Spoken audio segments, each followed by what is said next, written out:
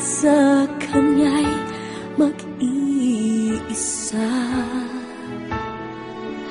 Araw-araw akong lumuluha at sa iyo'y nagmamakaawa, ngunit di marinig pagsamo ko.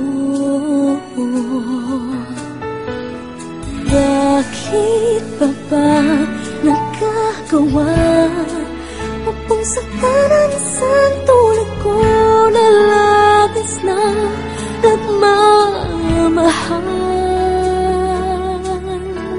Di mapansin na walang katulad ang pag-ibig para sa'yo